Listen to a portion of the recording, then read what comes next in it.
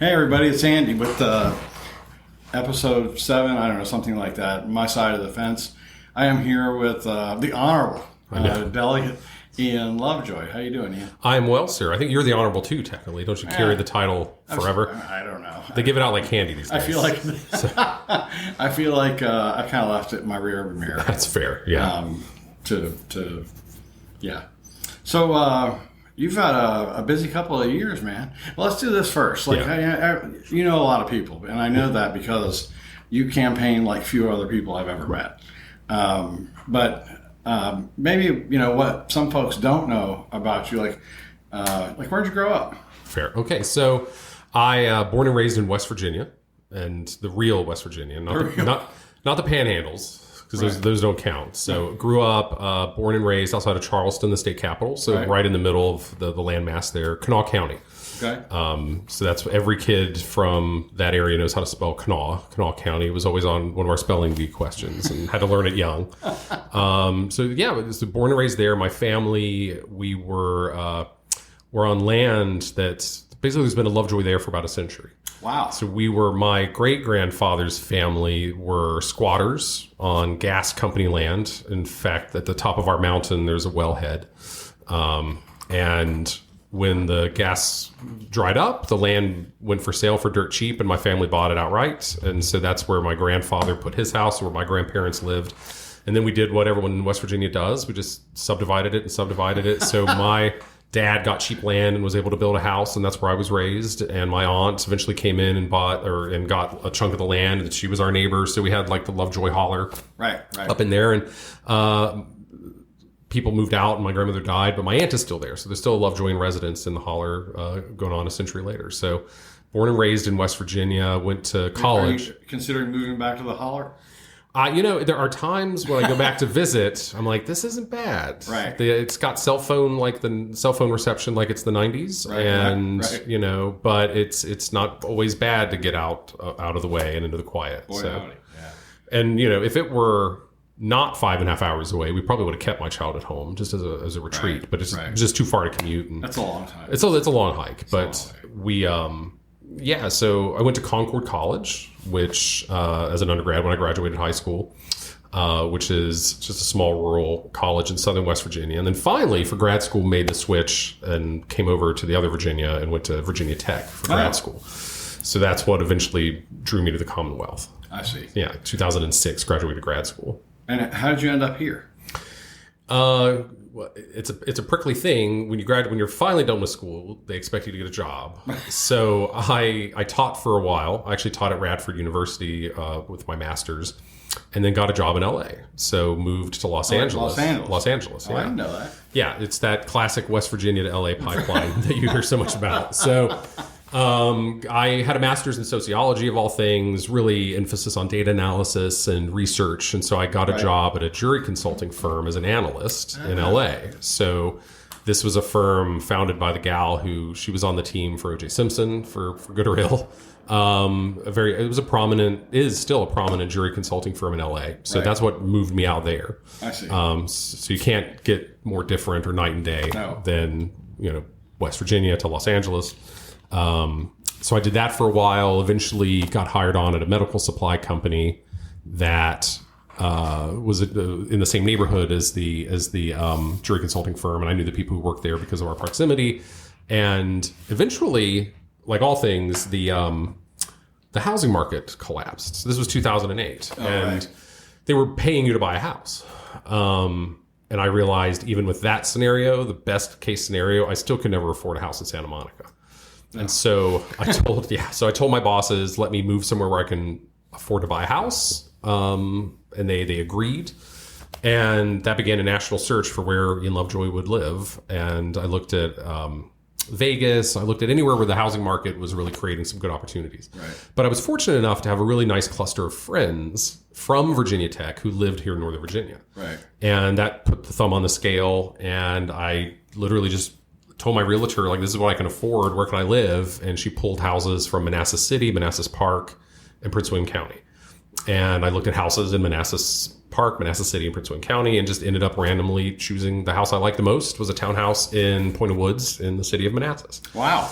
And planted roots here in 2009, I think. I remember it because the last question I asked my realtor was like, how are the winters? She was like, very moderate, very temperate. And this was the winter 2009. Like 3 months later, we were 2 feet in snow, worst snow in a generation. And I was like, okay, realtors will say anything. This doesn't seem temperate. This does not seem temperate. So that's how I was introduced to Virginia winters. It was 2 feet of snow in Point of Woods. So. Yeah, but then you go like 2 or 3 years with nothing. Like not a flake. Yeah, or just an occasional ice storm. Right. Just or cripples the state capitol because it snows a quarter of an inch. But yeah, so that's what brought me to Manassas and ultimately Northern Virginia for the long haul. I see. Yeah, and then I think I met you probably because I think your employer was a client of ours back then. Yeah. That was maybe before you ran for office even. Yeah, it was... Are we talking about the home care agency? Yeah. So I think I was on council a little before then because I was a councilman before I moved over there. So I moved here and they ended up liking the economic climate in Virginia so much, the medical supply company moved to Virginia. Oh, wow. And in fact, as people quit or attritioned in LA, they rehired them here. So it's still ongoing in Manassas Park. And then I switched over and I worked at the home care agency. Right. Before doing a million other things, but yeah. So what made you run for office? Oh, great. That's a great question. I kind of always, I was in student government in high school. I was in student government in college. I've always been interested in how things work and kind of the kind of guy who takes things apart and tries to put it back together, not always effectively. Right. But, government and how all that would work. I always kind of wanted to be a part of that decision-making process and in it. So, gosh, this was 2012. Mm-hmm. Very different Manassas. This was elections were in May, the good old days. Yeah. Like the Manassas Classic. I was, what was it? I was on the Architectural Review Board. So when I moved to Manassas, I very quickly asked how to volunteer. And this is back in the day, you could just call up the clerk. And I was just like, how do I volunteer for the city? Right. And they sent me to a website and they were like, you should meet the mayor. And I was like, oh, you can do that? Like, that's a thing? Okay, good. Showed up at City Hall, and this was before I understood. I had to Google how to get to City Hall at the time. I was so fresh to the city. Right. I didn't know the mayor worked on the adjoining property, the MIFCO adjoining the property of the city. So I didn't realize he was there. So I just remember Hal Parrish just appearing one day off the streets, and I was like, "Oh, the mayor walks everywhere. That's so cool." And I didn't realize he was literally the neighbor of City Hall. Right. Met with Hal Parrish, talked to him just about getting involved in stuff, and he heavily recommended the Architectural Review Board, which is a mid-tier board here in the city.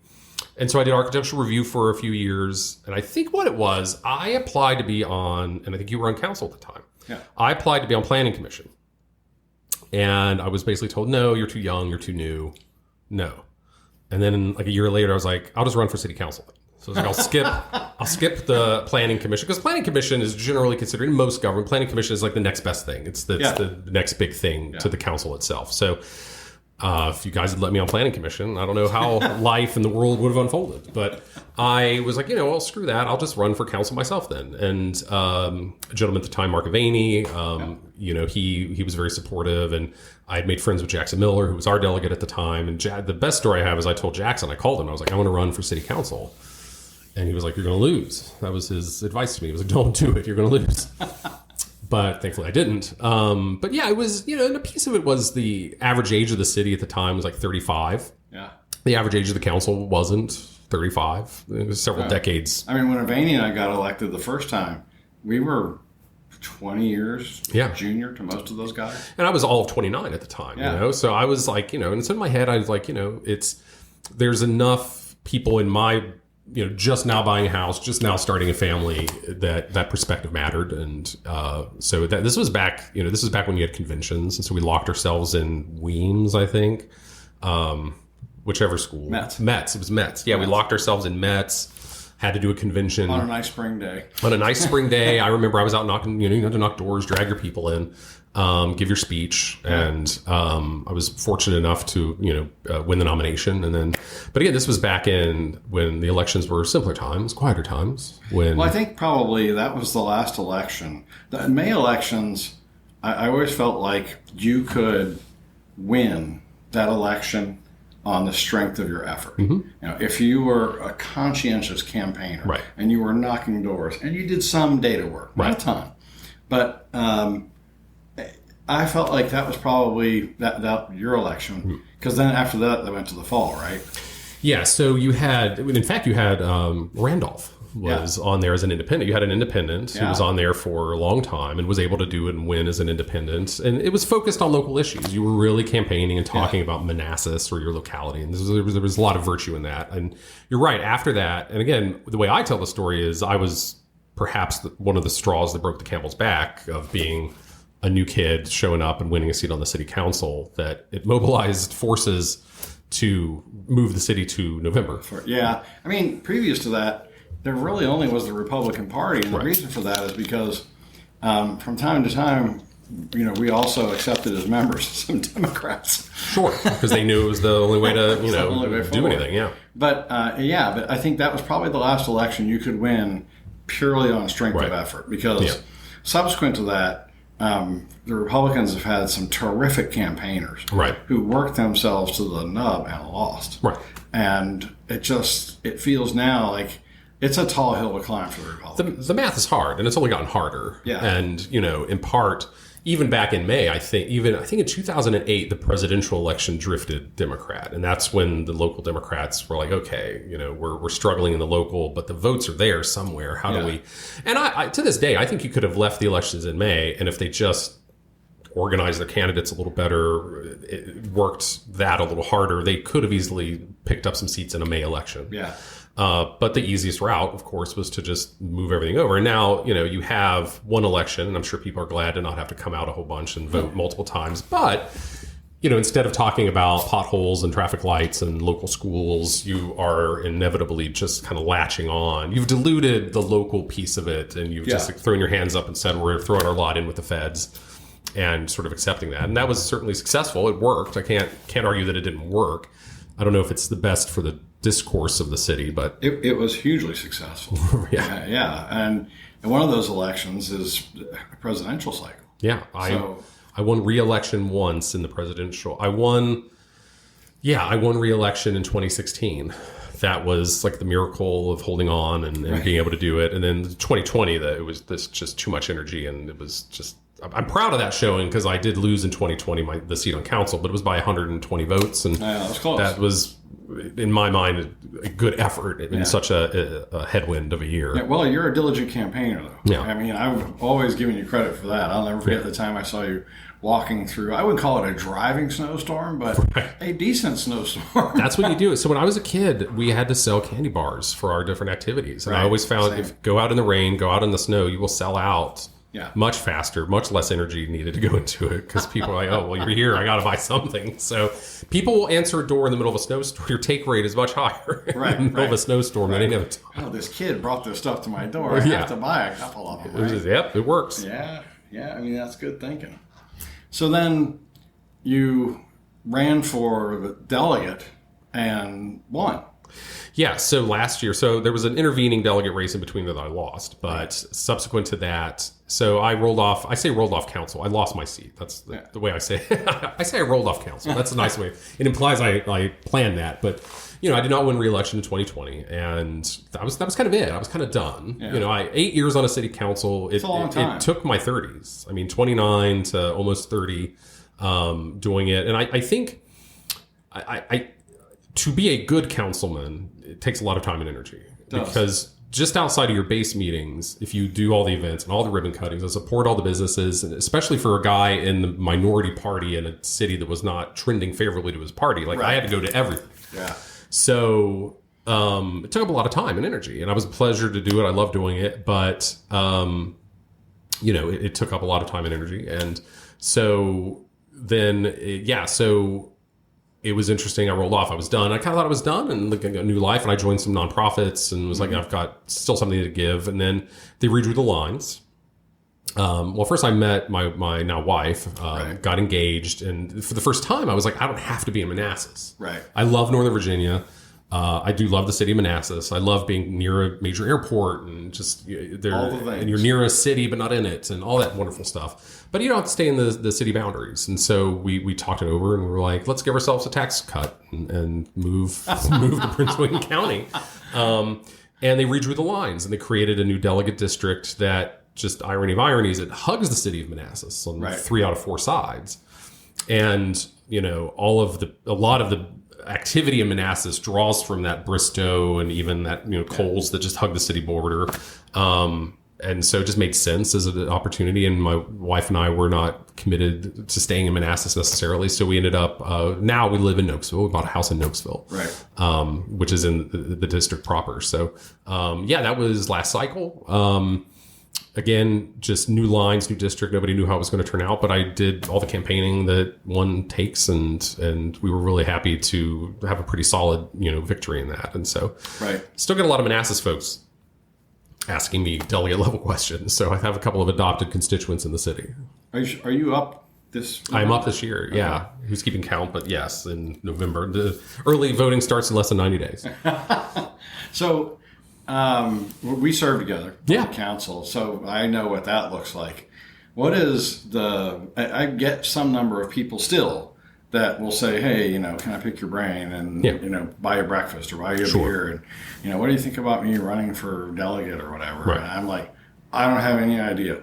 To me, it looks like a horror show because I can't, I have a small business in the city. I have 10 employees.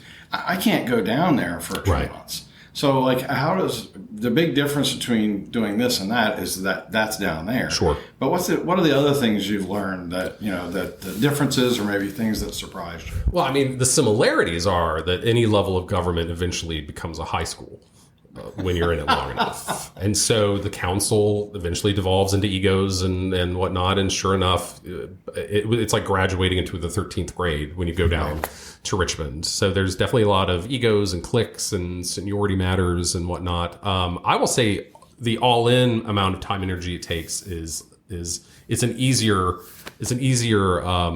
burden to take on. Really?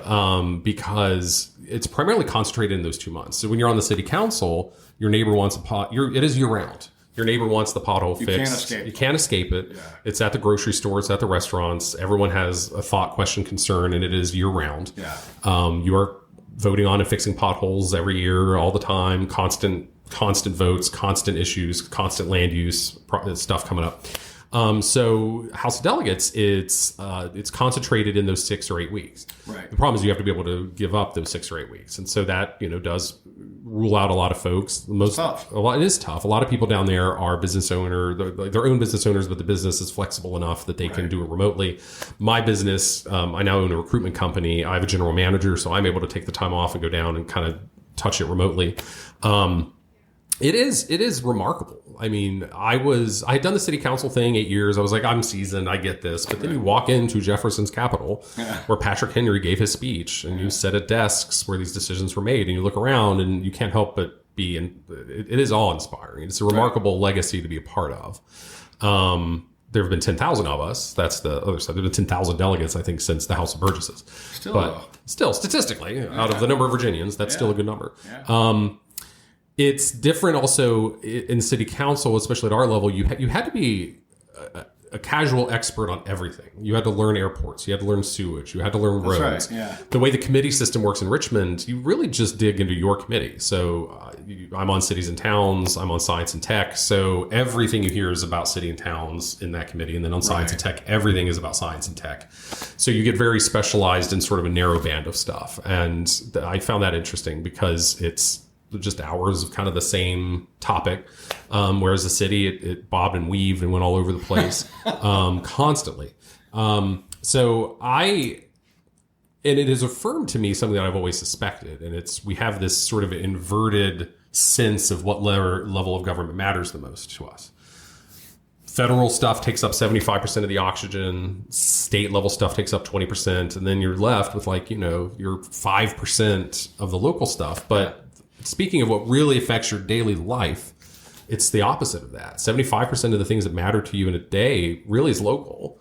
Absolutely. And it's a shame. I think it's a shame that we've sort of inverted that. We talk so much about federal level stuff, but your trash, your sidewalks, your water being clean, your schools, the lights staying on, having something to do on the weekend. It's all local. It is all local. Yeah. And you are constructing your life really around the local level. And it's a shame to me that pretty much everywhere we've inverted that sense of importance. It is. It is. We bought a place down in Colonial Beach, and the local folks down there, their stuff's largely nonpartisan. Right. I mean, you can tell, like, this person leans this right, this person leans, but they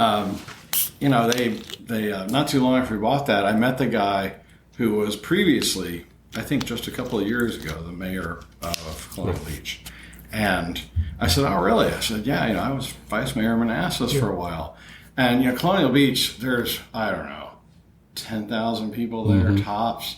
But it's almost like when you and I served in Manassas, even though Manassas is 4 times larger, it's almost identical. Yeah.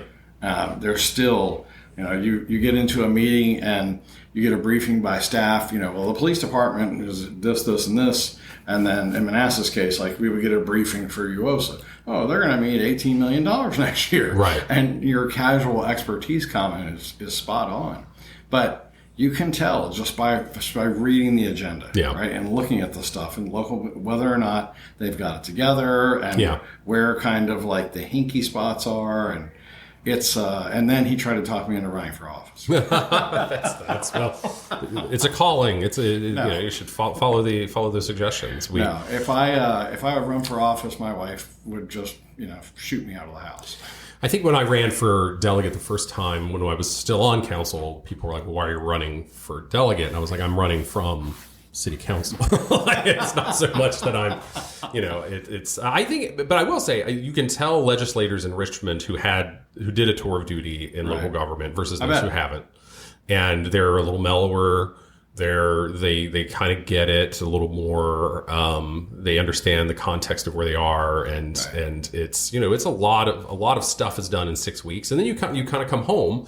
And you do constituent services, and that's a big piece of it. We are essentially customer service agents for state agencies, right? And we really pride ourselves on trying to connect people and get problems solved. And I learned that at the city council level, and that's kind of the retail politics you keep mentioning earlier.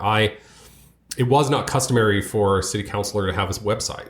I think Lovejoy We started it, and then I came in. It wasn't customary for a city council member to have a newsletter, an e-newsletter. And I know I remember getting in trouble. I got called into the city manager's office when I started a newsletter, and he was like, "Nobody does that. It's not really a thing, and people are going to think you're speaking for the whole council." And I'm like, "Well, if they're dumb, maybe. Like, it doesn't. It clearly says it's just me." I'd add disclaimers. When I started my blog, they dragged me into the city attorney's office. Yep. And said, we're not sure that this is legal. And I said, well, I'm not a constitutional scholar, but I think the first, addendum there, it's quite acceptable. Probably applies. But again, it's the same thing. No one's doing this. Well, I think, and I think now it's expected. Social media is still maturing, but now you have to have a website. You have to do it's the bare minimum. And I was just trying to find ways to differentiate myself as a member of the council, and. I didn't have the multi-generational name. I wasn't here for a century. And so I had to find sort of ways I did a lot of education, information. So like what's going on this weekend. I remember I used to do these Facebook posts about here's all the stuff happening in the city on the weekend. I remember that. And, I'd get in trouble for that. And by other council members, never you, but other council members, I think they were like, they didn't want to do that. They didn't want to have to raise the bar and do that. Yeah. So instead of them maturing in the role and doing their own newsletter and their own thing, they were trying to stop us, the blogs and newsletters. Oh, I know. It was some of the older guys on council that went to the manager and they said, well, let's see if we can get the city attorney to talk about it. Not a very good city attorney if he tells a sitting council member you can't have a newsletter. It's always criminal not to have a newsletter in the modern age. But they tried. They tried. God bless them. And I appreciated their point of view, I guess, is the best way to say it, because I had a lot of respect for those guys. Yeah. I didn't apappreciate that particular stuff, but I wasn't going to stop. Right. Well, and you had to be clear.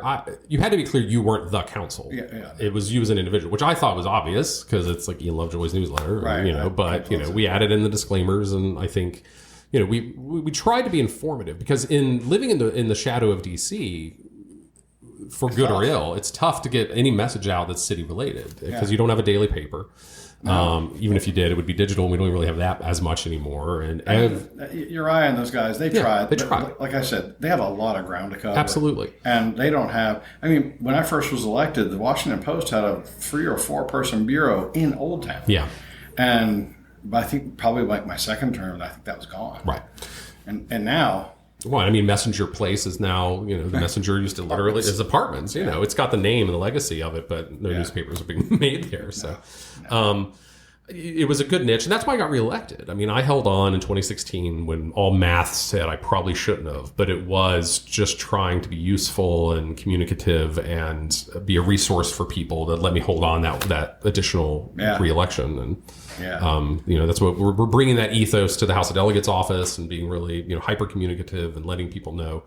I think when delegates are in safe seats, they tend to atrophy a little bit. And my seat is the remnants of former safe seats. Right. And so the delegates who used to sort of occupy this space, it was a little bit of a safer seat, and so you didn't quite have to do quite as much boot on the ground constituent stuff. And so we're working hard to kind of dust off that atrophy and make sure people know we're here. So what is your, I love the talk. This is just like, people that have run for office. It's a kind of a unique experience. Yes. What is the strangest and or funniest campaign story that you have?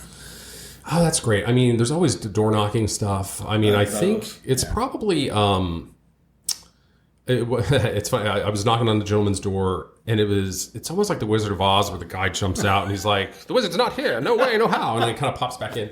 He just opens the door and he goes, "You're not allowed to knock after dusk." And he slams the door. And it wasn't dusk. Right. They had a HOA rule. You couldn't. No one should be in the community after dusk. But it was 5:15. It wasn't dusk yet. Dusk was 6. Right. I looked at my phone, and he's like, "You shouldn't be in here until after. Before you shouldn't be in here at dusk." And shut the door. And I was like, "It's not dusk. I have 20 more minutes." And he goes, "You should just leave." And shuts the door again. He comes back, and I was like, "Okay, I got you." I was following your rules. Right. I don't think I got his vote. I don't think that worked out particularly well. But stuff like that. I think it's the surreal. When you're really getting close to the election and real money is being pumped into it, and we're talking obscene amounts of money being pumped into for the delegate race. Yeah.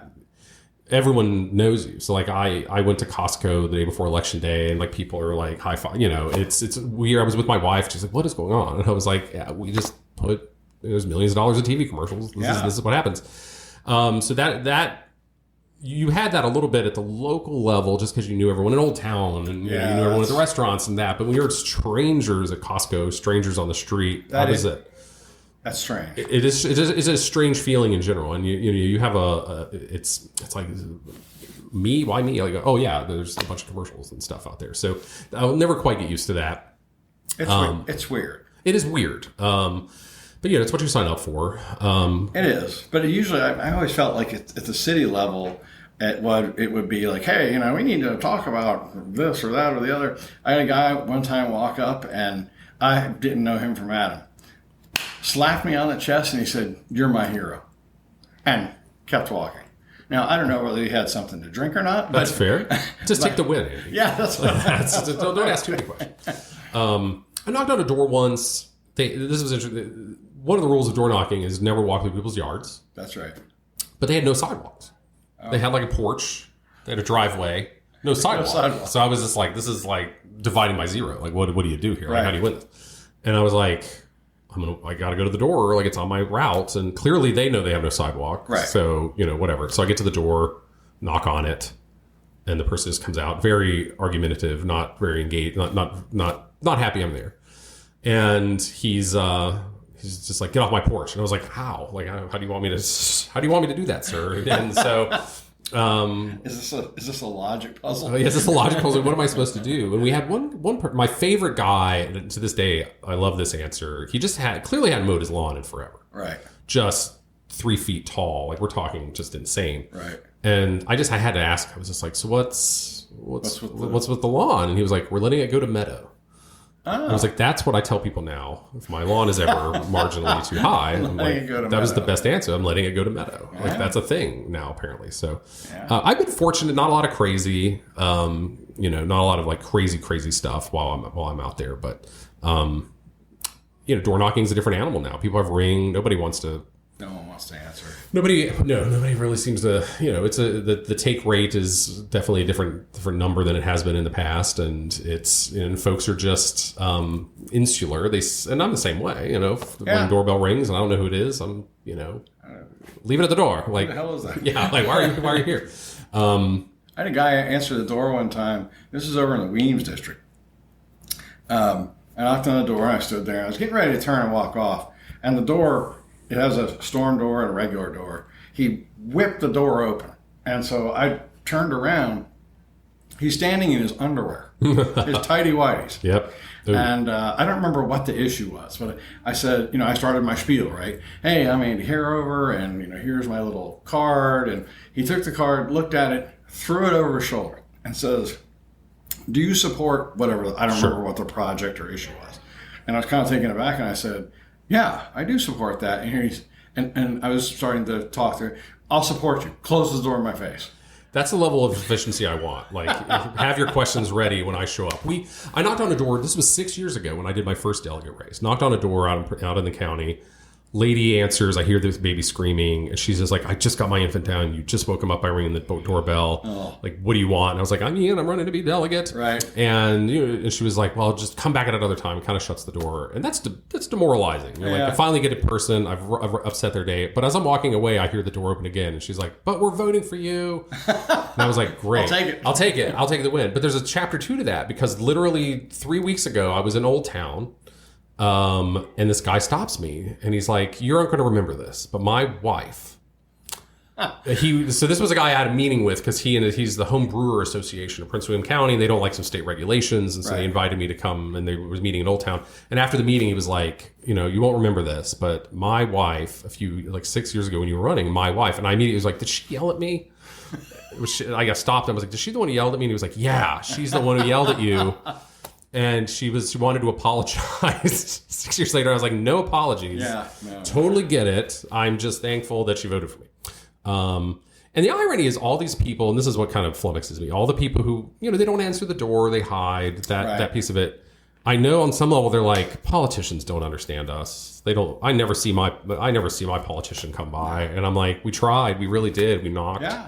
I'm going to knock personally 10,000 doors, and I believe it. Somewhere there's going to be someone who's like, yeah, that Lovejoy, just I've never seen him. He never really cares about my neighborhood. And I'm like, I knocked, I left lit, it was me. Yeah. So that's a little frustrating. But when you do get to talk to the people, it's good. Yeah. Well, and you have to leave lit. I mean, that's I feel like most of the time that gets at least pulled off the door, if not read. Yeah. But, they see your name and there's your face, and, they may not flip it over and read all of your positions. Or it's something. But like, oh, well, okay, Lovejoy. I think it was a city council race. I'd left it on the door, but the wind blew it into the door jamb and up against the frame of the door. Yeah. And I got an email later, and they were basically like it had stayed there, and the humidity had caused the handout, the brochure, to melt into the paint because of the Virginia humidity. Right. And when they peeled it off, it it's stuck. And they were just like, "Well, we are never going to vote for you because you ruined our door jam." And I messaged them. I was like, "I'll come out and clean it. It wasn't my fault. I'm sorry." It was just... They replied? They did not reply. But I think there's a door somewhere that probably has my face permanently kind of stuck inside the door jam. So, What is that? That's that SOB who, ruined our door, so... So tell me a little bit about, so you were this was your second session in Richmond this year? Yeah. So tell me about how you fared. It's one of the best I've had. Yeah. So it was that joke was better when it was the first session ever, because I'd be like, it's the best I've ever had. It was great. I mean, we it was the short session, so we were very busy, a lot going on. There's obviously undercurrents in Richmond. Democrats control at 51-49, and they're very strict about that. And, my seat, they don't love that there's a Republican again in Northern Virginia, which I'm the northernmost Republican. Is that right? Yeah. Gary Higgins and I kind of debated. He's out in Loudoun, but mathematically Yeah, so there's a caucus of 2 if you want to be really generous. Right. In Prince William County, they would like to re-win the seat, and so of course there was already sort of that energy of we're not going to let this kid be too successful down here. But we were one of the few freshmen in a swing seat like mine who actually got our own legislation passed. So we actually passed legislation, like honest to God, signed by the governor. And we've served as co-patron for just a ton of bills that we think are important. And so we're really proud of that. And I think we got 60 pieces of legislation over the 2 sessions, either chief or patrons done. But, it's interesting because I guess it's human nature, but like wherever you are in the political universe, there's just how do you try to outrank people? And so you've got the seniority thing. Our license plates are literally 1 through 100 based on seniority. I drew the short straw and I got 95. Oh, no. So but if it's not your political party, then it's seniority, and then it's whether or not the true enemy is the Senate. Obviously, so we're the opposition to one another, but the enemy is the Senate. Right. And then you throw in, you have if you are a fan of split government, Virginia, this is the renaissance of split government in Virginia, because you have 1-seat majorities in both chambers and the governor of the opposite party of those 2. So you don't get more fine-tuned and balanced than that. So what you've seen is popular incremental change, which I think, that's not the worst thing for a conservative to be thinking about their government. So you're not seeing massive, huge change. Right. And I think that's as good as we're going to get it right now. A lot of bad legislation got vetoed, and you'll see that. That's why the next election will be interesting. And he had did he have a historic number of stuff that he vetoed? Right. They call it, yes. So the joke is everyone gives the governor a pin, whenever they see him, just so he can go veto things. So, and these were not unexpected outcomes. The Democrats passed legislation they knew would get vetoed, and part of that's practice. A lot of it's just messaging. You want to put out a lot of bills to make people vote yay or nay, just to have something to say during the election. Right. I think there's the unfortunate part of it is there's essentially a prohibition on letting freshmen or anyone in swing seats, what they view as swing seats, to pass signature legislation. And that is unfortunate because, I do not think that we pass a few bills that's going to affect the election one way or the other. It is not the issue that everyone seems to think it is. And at this point, it just seems punitive and counter effective to just being good governance. But that is a mindset that both parties have had when they were in charge. And, you see that happen. If the bill's bad, kill it. But, I had people from their side of the aisle apologizing for having to kill bills and, not letting them be heard because they were just like, this is a good bill. We just, we're told to not let you pass it. You can't pass it. And every generation of freshmen come in and say, we're going to do it differently. And then they get bat down by their seniors and told the hell you are. Hey, new guy. Yeah. Hey, new guy. No, you're not, because there's 5 behind you who want your seat and we'll get one of them to take it. Yeah. So that is an unfortunate pattern and trend. But, we're happy with the successes we have. We think we've done a good job. And yeah. What do you think was the best piece of legislation you got passed? A part of it was fentanyl education. So I put in a fentanyl education bill. So up until now, how you educated school students and high schoolers about fentanyl was haphazard and piecemeal, and some didn't do it and some did. Right. So I did legislation to standardize how fentanyl was being communicated and the education component of it throughout the Commonwealth. And so that passed. And in fact, people were sending me pictures of the flyers and information that their students were getting. And, wow. And I think that was important. We did, I was co-patron, it became popular as the cake pop bill. This was kind of our version of the lemonade, like the little kids selling lemonade and getting shut down because they didn't have a permit. There were just certain onerous rules about, if you made cake pops, it was cake pops and pickling and right.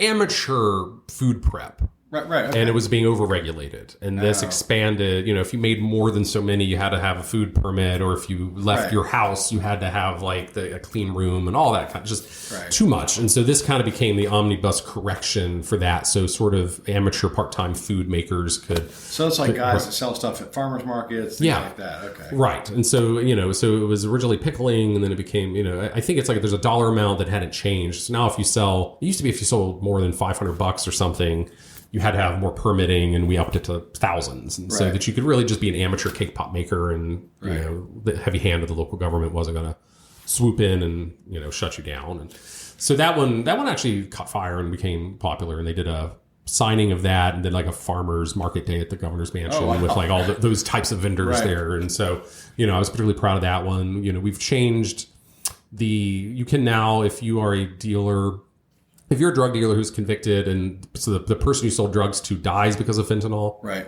that's now a manslaughter offense, which is important. So that's so that's good. We've gotten some good stuff through. That's good. What does the Republicans? Well, like in the city, seems like we've got candidates for most things. I think everything now. Mm-hmm. What do you think the issue, or is there an emerging issue or established issue that you think is really going to drive the fall election? I think it's always economics. I mean, James Carville is not wrong when he says it's the economy, stupid. I think it's, I think you saw the outcome of Kamala Harris's election. I mean, you just inherited that albatross of the economy, or the sense about the economy. And so cost of living in Northern Virginia, cost of living around the nation is sensitive. Sensitive issue. Northern Virginia has been dealing with this for 20 years. And now it's redlining. It is just with the collapse of not the collapse, but like the interest rates skyrocketing. Home ownership in the DMV is a fantasy for some. And so this was something we harped about before it redlined. So back on council, it was like every little tax increase was chipping a little bit away. And now here we are with every other facet of life. So taxes are higher, the burden is higher, but now everything is more expensive. And housing is a difficult nut to crack. So I think you're going to have to speak to that. And it's in Virginia, in a lot of places we're lucky. In Northern Virginia, it's particularly trying. But I think, the economy, public safety, big issue. I think you're going to see, you have there's the criminal element within the illegal immigration circles that are problematic. And I think you've seen a lot of arrests around the Commonwealth on that. And for good or ill, you're seeing more light shown, particularly on the criminal, the individuals who are here without documentation, but have committed subsequent crimes. And that crew is having a light shown on them that I think people are going to see, and, that's going to be an issue. So, I think those are sort of the issues of the public safety, crime, cost of living. Those are core. Immigration. It's kind of the same cluster. I think, international stuff, I think, is on a trend line to better instead of worse. I do not think we're going to be in a war. I do not think. I don't think so. So I think even, the federal stuff, the federal government is still there. We haven't fired a third of all employees of the federal government. There's been some ripples there, and we're obviously monitoring that and taking care of our neighbors. But that issue seems to have lost steam. You had sort of Trump-Musk was the big issue, but now they don't, they're not together anymore. They're like radio silent. Right. So Brangelina or whatever, broken up. So, the messaging, I think, is going to pivot largely back to those core issues. Did the state end up setting aside or even planning in the event of 100,000 federal workers getting kicked out the door? So 3 things have happened. One is a special commission has been assembled to do listening sessions throughout the Commonwealth on that issue, and I voted for that. Not a lot of information is being processed. I think at the time that was a peak issue. It has not manifested as being that as damaging as I think some people predicted, but we wanted to prepare ourselves. And so that commission is roving the state, listening to folks. Then we voted to keep the General Assembly in special session so that we can come back and vote for and address any issues that might come up at the federal level. Right. So we're tentatively scheduled to come back in September. to if we need to pass any kind of state package of support or whatnot. We've got that. And then, yes, this last budget after the governor's vetoes, I think carved out almost $1 billion, like 800, 900 million. Yeah. To be shunted into the rainy day fund to finance, should you have mass layoffs, should you have something truly disruptive to the state economy. That's going pretty big on that. It's robust. I mean, it is a robust set of resources. I think we're going to find ourselves in, I don't think we're going to need all that. I don't know exactly what we're going to be doing in September when we go back, but it doesn't feel like we're going to have to be doing a near $1 billion bailout package for the state. Right. I think you will have some action and we'll evaluate that, but we're very well financially poised to handle anything that might come our way. That's good to hear. And, I think that, again, the issue trend line on that is, with each passing day, I think the concern of a third of the federal workforce in Northern Virginia being fired lessens. Yeah. I think there's a lot of people. Yeah, it's almost impossible to track. Because they've cut this, and some judge says no. Every day it's a different thing. Yeah. The funniest meme I've seen lately was a federal judge has just told Donald Trump to reconstruct the nuclear facilities in North. We're going to get fined for the Iranian nuclear facility, which may not have been destroyed. I don't know now. So, they'll submit false insurance claims. And Someone's got to go to jail. Someone's going to go to jail, yeah. So, I mean, those are kind of the emerging things. And are you doing any? Do you have any campaign events, or is it still too early in the summer? No, we just did a kickoff with Governor Youngkin at Bristow Golf Course. So that was a great event and was successful. We're coordinating some business roundtable events in the near future, looking at an event with the Attorney General coming before the end of Election Day. But it's mostly. And we'll have some smaller events along the way. So we this podcast is a part of it. We just did 2 town halls. So one of the issues, they were specific to power lines. Right. So the issue, the elephant in the room in the county, the broader county, and a little bit, it's creeping into the city of Manassas, is this data center stuff and powering them and how that's going to work. And the power piece is something of concern for everyone in the Commonwealth because we do not know how to power them, and you're going to pay for it when we do. It's going to be expensive. It's going to be expensive, billions upon billions. And the way it's structured now is every ratepayer foots the bill for that. Yeah. So, and we're looking at ways legislatively and through policy to shift that burden and make sure that's not the case. But, you're looking at the first volley of power lines needing to be installed in Western Prince William County to fuel the data center situation. And that's just the beginning. Yeah. So, that's going to take up a lot of oxygen, I think. We run out of power in 4.5 years. The Commonwealth of Virginia will not have enough power in 2030 to power its current obligations and turn on more data centers. I believe it. As it stands. So the integrity of the grid is in question. And so I think that's going to be a big issue over the next couple of years. And we're talking, the math roughly it's literally a big data center absorbs all the power the city of Manassas does. Mm-hmm. The whole city of Manassas. A decent sized data center will gobble up that equivalent of energy. And so we don't have the ability to produce it. You can't do coal. You can't do natural gas. Sure as heck can't solar your way out of it. You can't windmill your way out of it. It's just mind-boggling amounts of power are needed. And we're either going to have to change the laws as they stand about how we generate power in Virginia and go back to fossil fuels, or we're going to have Pennsylvania, Ohio, West Virginia generating the power, but you get it here by cutting giant swaths through rural Virginia to pump in the power. So it's about to become everyone's issue. Yeah, well, that's going to be tough because, Dominion is a giant. Yeah. And, they've been influential in the Capitol for a long, long time. They have. And that's going to be a tough nut to crack. It is, but you're seeing folks realizing...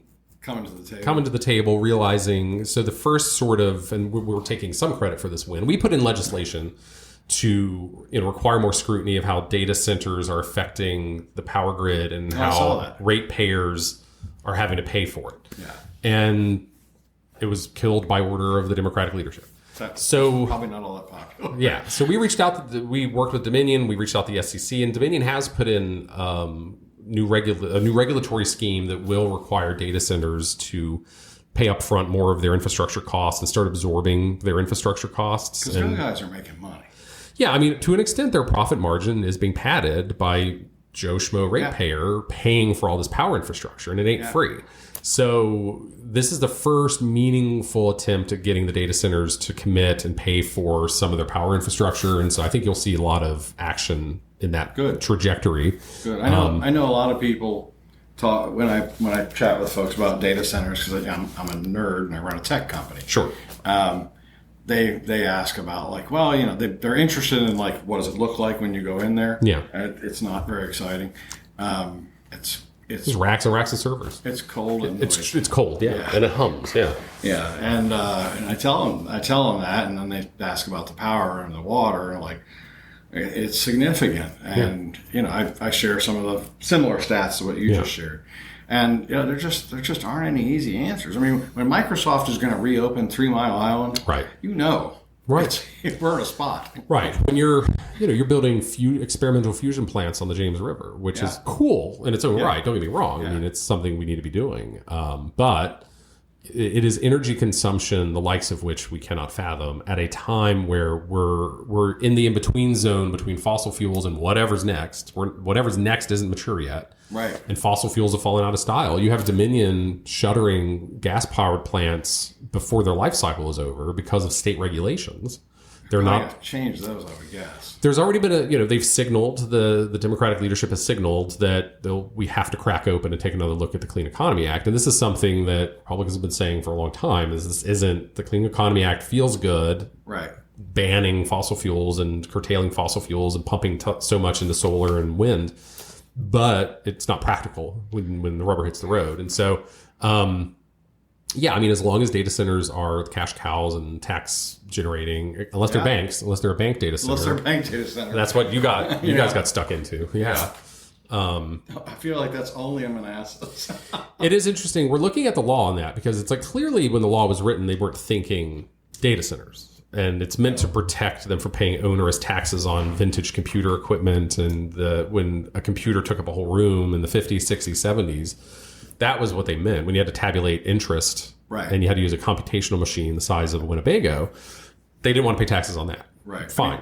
But when I saw that, I was struck by, like, number one, that is a hell of a tax break. Right. And number two, this has to be, because at first I was pissed off like everybody else. I was like, you know, I have 10 people here, right? A couple of years ago, we had to go, we got audited by the city, and they felt like I wasn't paying taxes on enough desks. And it got to be, you know, it was frustrating.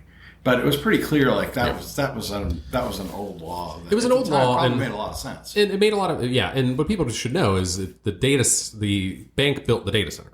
Like, it is the data center for the bank. Right. It's not someone subleasing or trying to get a tax break on their rack of servers or some kind of shell game. A bank with its own data needs built a node in the city. Right. And I mean, I assume people along the way knew that this was what was going to happen. Maybe they didn't talk about it a lot, but I mean, I think going in, they probably knew that this was an exemption that was out there. But it's not what the law was intended to do, and so we're looking at it, what's up with that. You can't change stuff retroactively per se, but but I guess you could be a bank that builds a data center that then sublets your server space out, and maybe you could make money. I don't know. I don't need to give the data center any I think that would single-handedly kill the data center industry. Right. But yours are big. I mean, no one has ever said, oh, they're smaller and better looking than I thought they were going to be. No. They're always bigger, less appealing. I mean, you come over the overpass, and it's like it's unbelievable. When you have your funeral now at the funeral home there, it's like data centers. It's like, so the shrine and the Shriners. So it's like their backdrop is a data center. There's a shadow cast on them, and so they are. I shouldn't be, because I'm a novel subject matter expert on this, but when they finally went up and driving over them, I was like, these are bigger than I bet anyone imagined. Well, and if you go, I went to Topgolf 6 or 8 months ago, and I mean, I knew, and I had been through Ashburn, right? But it's unbelievable. Yeah. And the one project in Prince William County is supposed to be bigger than that. Yeah, the Digital Gateway in far western Prince William County, buttressing the battlefield, will be the largest data center complex on the planet. Man. And when you've pissed off Ken Burns, I mean, I don't know how you piss off Ken Burns. No, but it when seems hard. Yeah, so when you've pissed off Ken Burns, you have to start asking some hard questions about yourself. Right. And whether or not that's the thing you should be doing right there. Yeah, I saw that just went to the judge. Yeah, Judge Irving is, so she ruled that the plaintiffs did in fact have standing, and it's,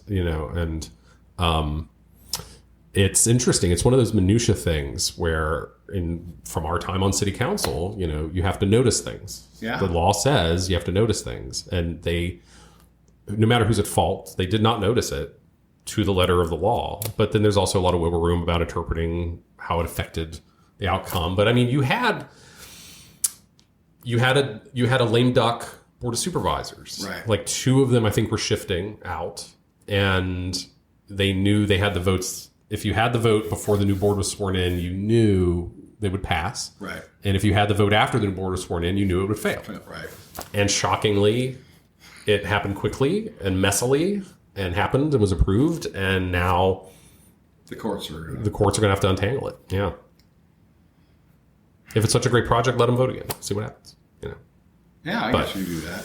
I don't follow much from the county politics. Sure. Plus, it's very difficult to find out information about when we were involved in politics in the city council, it was sort of the rise of the local political blogs, right? Too Conservative and Black Velvet and all those guys, and that information was frequently, shaded towards whoever those guys were writing liked. But at least it was there. Yeah. And I feel like now you have to work hard to get that information. Yeah. I just remember being on council and thinking there were times where I was just like, thank God for Prince William County, and then thank God for DC, because the Manassas stuff, their shenanigans always outshone ours. Although the city's trying to catch up. Like when I rolled off the council, I wasn't upset. I understood it. I had a good go. I enjoyed my time, but I do think it was a good time to roll off. And same. Yeah. Same. I soul searched a lot, but and I actually ended up I walked out of City Hall, and Sarah, my wife, was there, and we walked around. We made 3 or 4 loops around Old Town, just sort of kicking it back and forth, and we decided, the real joy we got out of it was doing things for people, and moving the city forward, whatever that meant. Yeah, and we didn't feel like there was much appetite at the time for moving the city forward. Right. Let's work on some of these things, and it just at that point, both of us just kind of stopped and said, this is not, because I was under a lot of pressure to run again. Yeah. And I just felt like I don't feel like I'm accomplishing things anymore. I really don't. And that's why I wanted to do this. I never had the ambition to I'm going to be on the council for 20 years and that was not my ideal. But once we sort of figured out this is not exactly what we signed up for, that was the end of it. I went back and forth on trying to run for the 3rd term, and some of it came down to I'd proven I could do it once before, win in a presidential election year. Right. And it's not to have an ego, but it was just like, well, who else? Who else could try to get that 3rd seat? Sure. And I felt like at some point you owe your supporters. They've invested in you time and energy and treasure over 8 years. You owe them that attempt and that shot.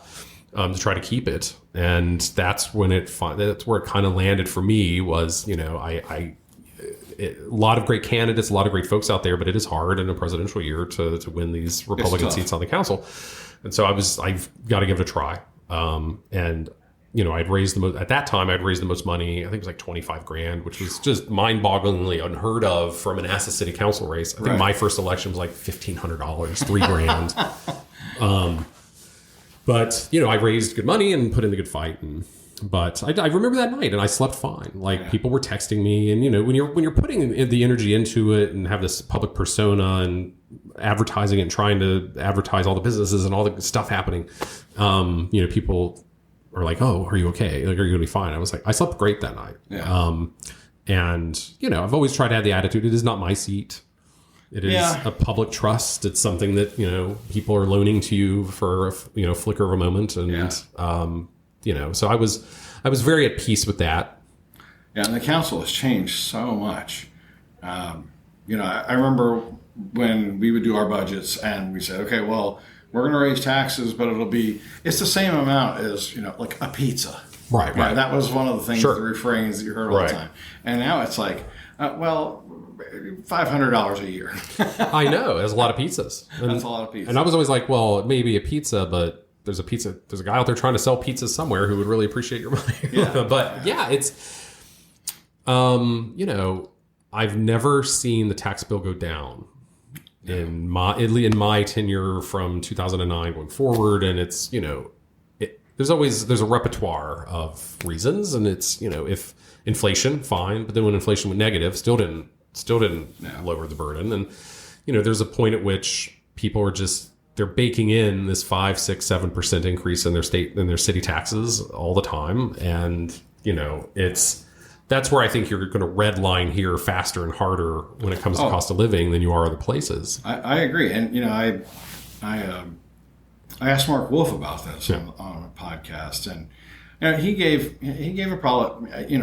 a solid answer from his perspective, right?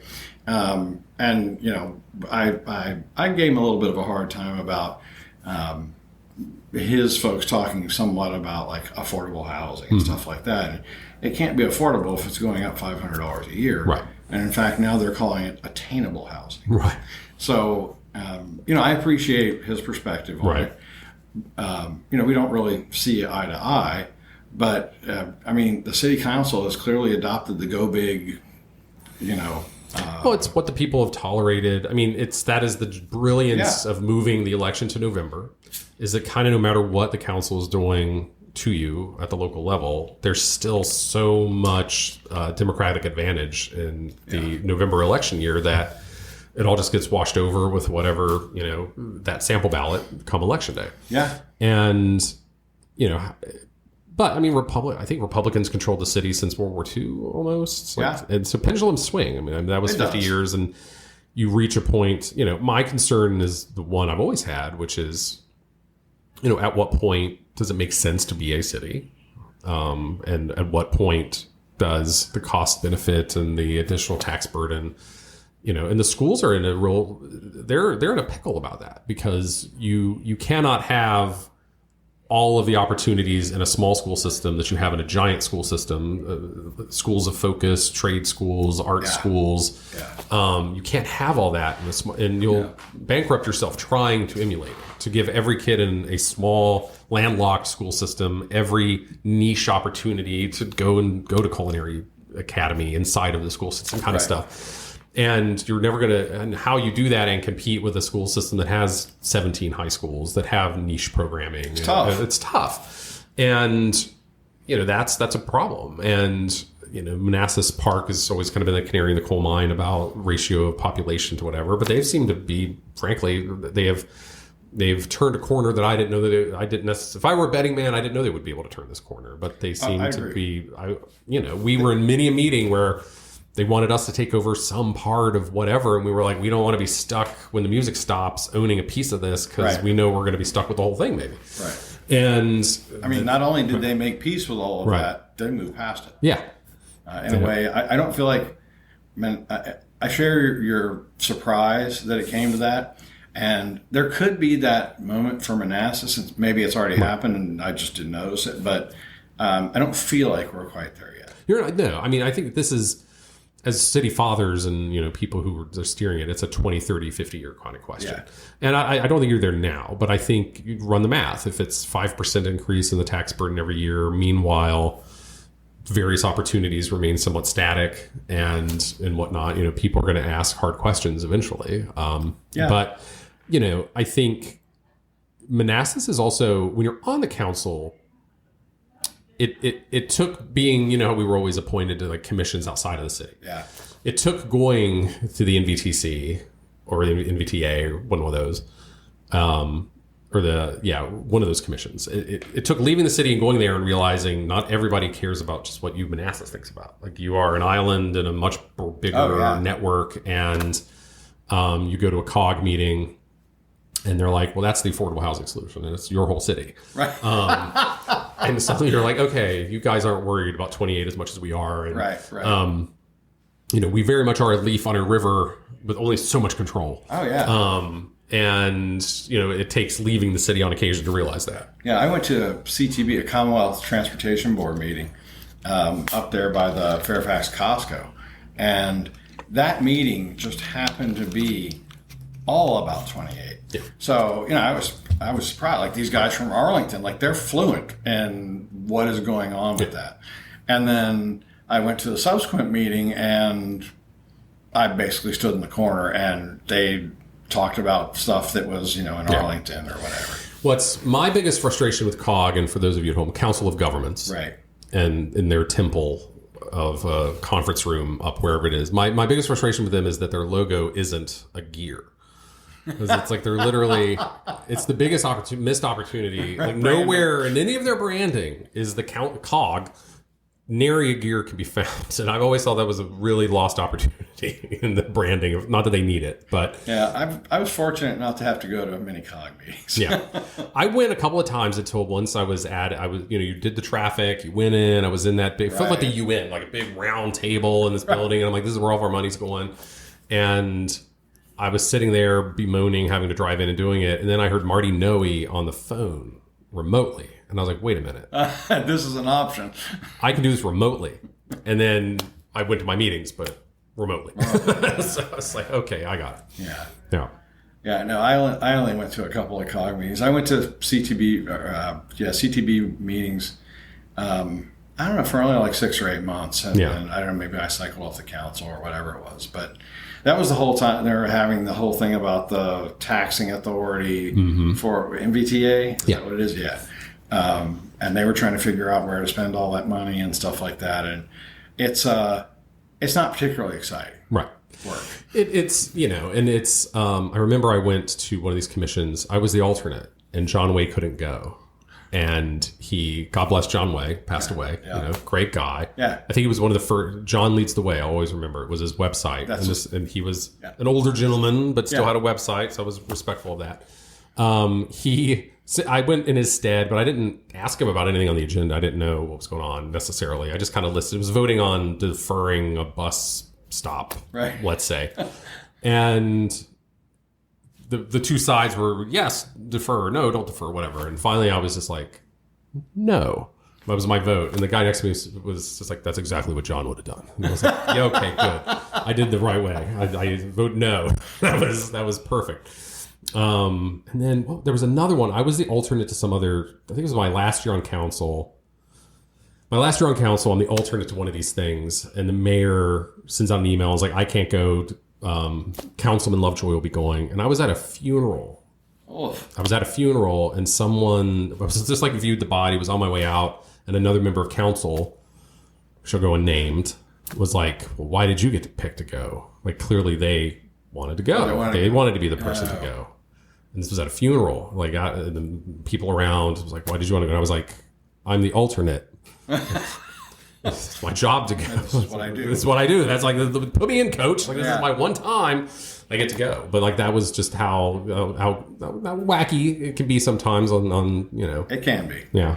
It can be. I mean, I feel like it was, I don't know how to describe it. I would say it was less political. You didn't have people voting for things just because the proponent was in their party. We only had one party. Yeah. But, I mean, there was some back and forth and horse trading and stuff like that. But, well, as it went to November, again, blame everything, when the elections went to November, it became about red, blue, Democrat, Republican, period, full stop. Yeah. Because that's what you had to align with on election day. And so that, the folksy, smaller town city council, that was a bygone era that got kind of eroded away when the city decided to be big boy city with elections in November. Yeah. And, try as you might. I mean, try having a campaign in a presidential year that talks about city tax rates, schools, and billions of dollars are being spent by both political parties for the presidential, and just trying to break above that noise is virtually impossible. And something was lost, and that's unfortunate. Yeah. But politics shifts and changes, and in 50 years, whatever, I don't know. No party control is eternal. And No. I think that the next couple of cycles, city elections, will be interesting. Yeah. You never know what's going to happen, and you have people that get elected, and you just kind of scratch your head, and you're like, okay, well, I don't understand that. Right. But it is much more of a open process, I would guess, than it was previously. Well, primaries will matter a lot more. Yeah. And it's what are you at now? I guess 1 to 6, 5 to 1. I guess when you count the mayor. Yeah. So, that off-year presidential, a Republican can get third place. We have shown that. Yeah. And therefore, what do you call the councilman who gets third, or what do you call the person who gets third place? Councilman, yeah. So, works for me. But it'll be interesting as communication. Does it get cheaper to do social media, and can you do commercials on YouTube locally? I mean, I pioneered, I think my final re-election attempt, I did YouTube commercials. Is that right? And some kid was in the food line, was like, I saw you on YouTube, I want to vote for you. So there are ways to economically crack in, perhaps. But money is always going to be a thing. It's just going to cost gobs of money, unfortunately. That's the other side effect of going, with the November stuff, so... Yeah, I mean, my first race, I raised $20,000 in an afternoon. Yeah, that was it. Just for members of the business community, and that carried me through two races, and I had about $5,000 left over. Yeah.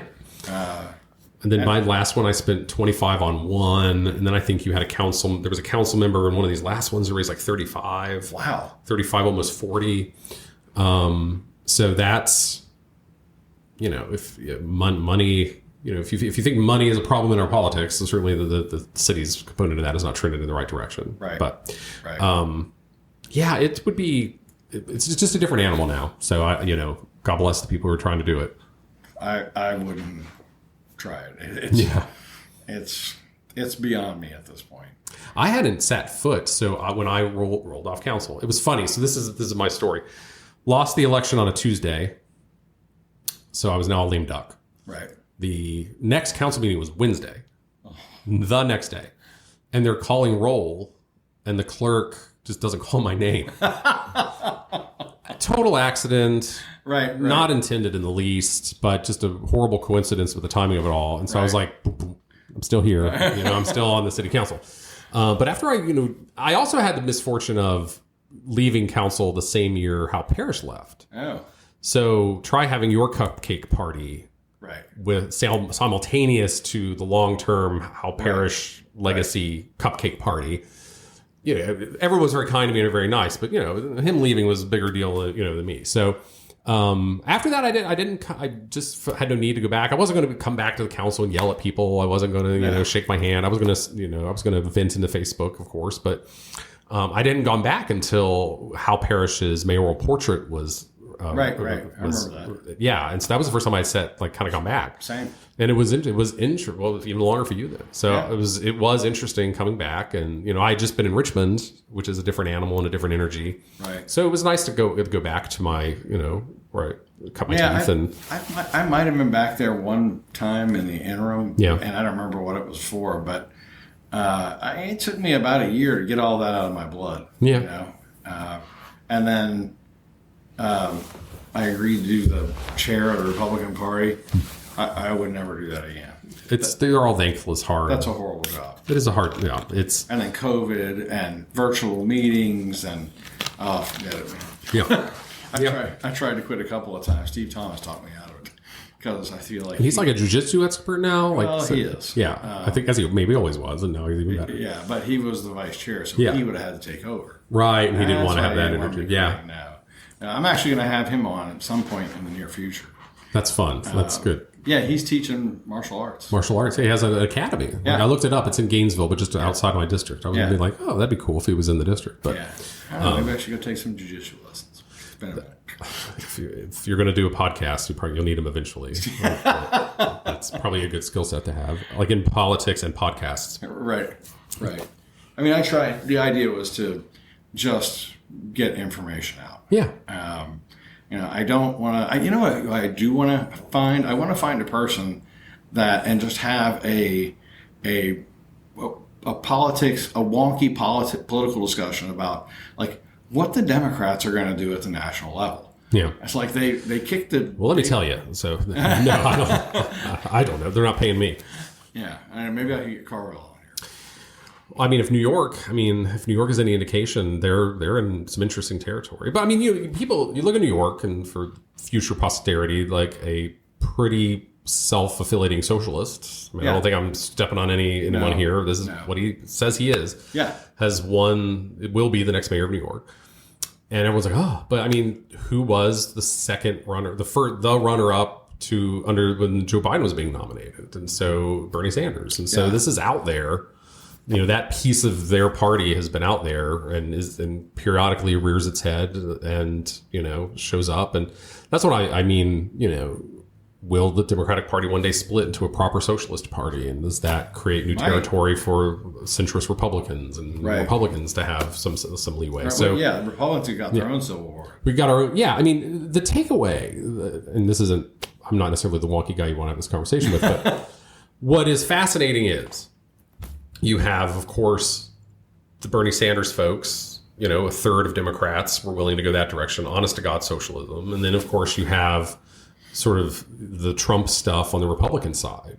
But what it's saying is that as a whole, a huge portion of the population is just willing to throw it all out and do something new, do something different for different reasons, for different perspectives. But what is happening in the culture, the zeitgeist or whatever, that there's a real lack of comfort with the political norms and the political structure. There is. And, I've always thought, when this is sort of what happened when you have a country that's been relatively rich for this long. What are you left to sort of tinker around with? And so since World War II, we have known prosperity like no one else ever in history. You have more people living in relative comfort and wealth ever. And did we all become, poet warriors and learned people, or are we just going down these political rabbit holes and looking to burn everything down? And we aren't poet warriors, so it's interesting.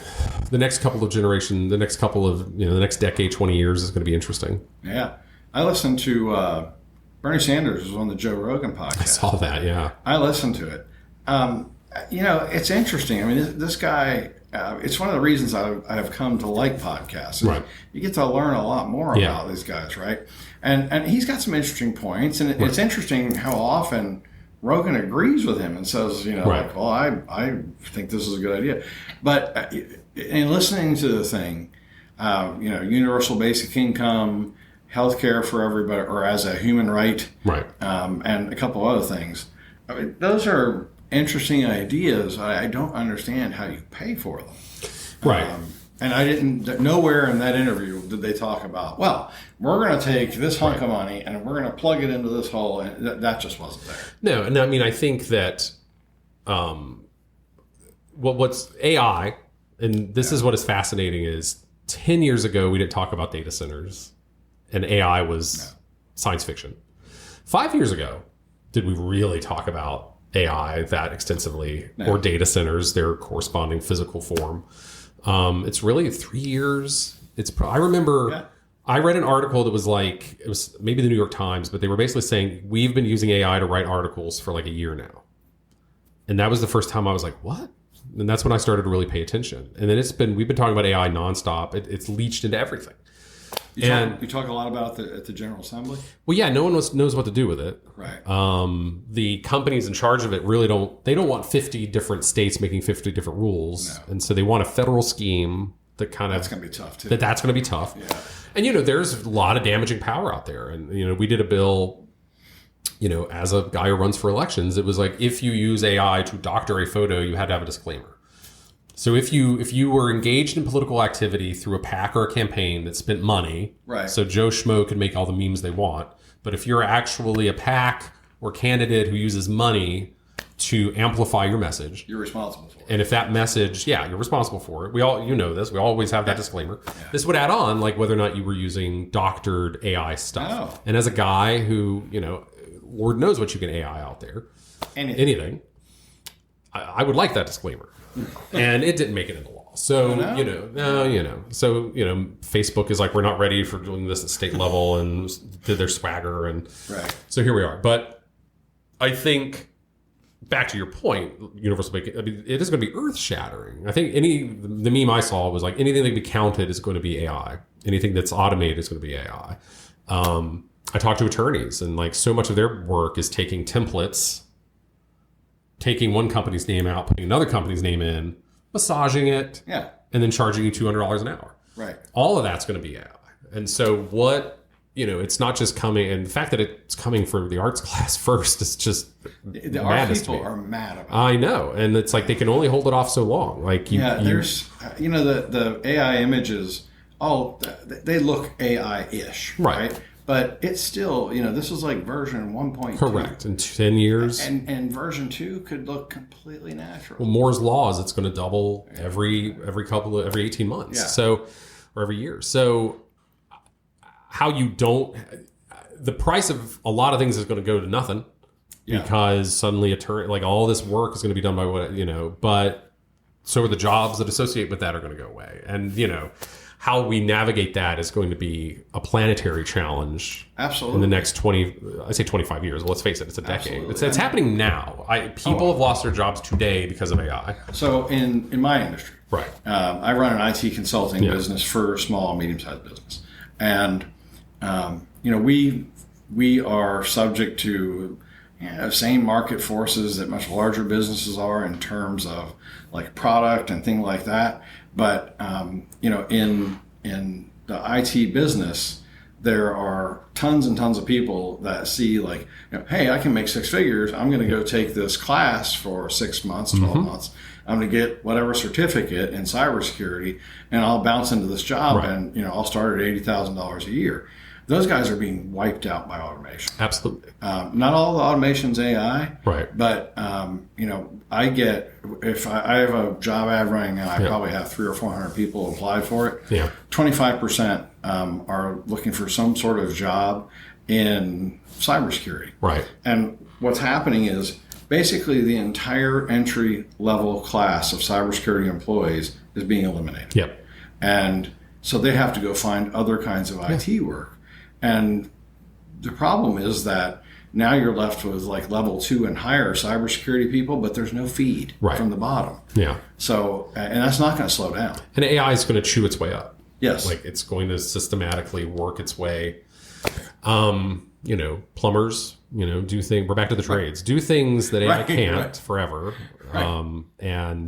But it's going to be an interesting way to navigate. It's on the one hand, so much you're going to get legal advice for nickels, but every job is going to morph and change, and maybe we'll finally get our poet warriors. I don't know, but haven't done great so far. So no.